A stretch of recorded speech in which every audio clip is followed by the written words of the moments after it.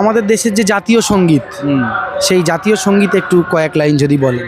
দাদা আমি তো বেশি লেখাপড়া জানি না, ভুলে না জাতীয় সঙ্গীত, আমাদের দেশের জাতীয় সঙ্গীত। ওইটা আমি মুখস্থ নেই আমি। আমরা অনেক রোহিঙ্গাদেরকে জিজ্ঞেস করলে তারা তো বলতে পারে না, কারণ তারা যেহেতু ওপার থেকে এসছে আর সব তো SIR-এ পালিয়েছে। কিন্তু যারা পুষ্পে ভরা আমাদের এই বসুন্ধরা, এইটাই বেশি আরও অত দূর আমি বলতে পারছি। আচ্ছা আপনি একটু বলুন, যতটা মনে পড়ছে বলুন। তারাও তো শুরু করলেন আপনি। আমি পারবো না দাদা। আচ্ছা, তবে আমি সনাতনী ধর্মের প্রতি মিটিং মিছিল থেকে সৎকারী নিয়মে থাকি। নেতাজি সুভাষচন্দ্র বোসকে চেনেন? অবশ্যই তার বিষয়ে ওনার জন্ম তারিখ জানেন?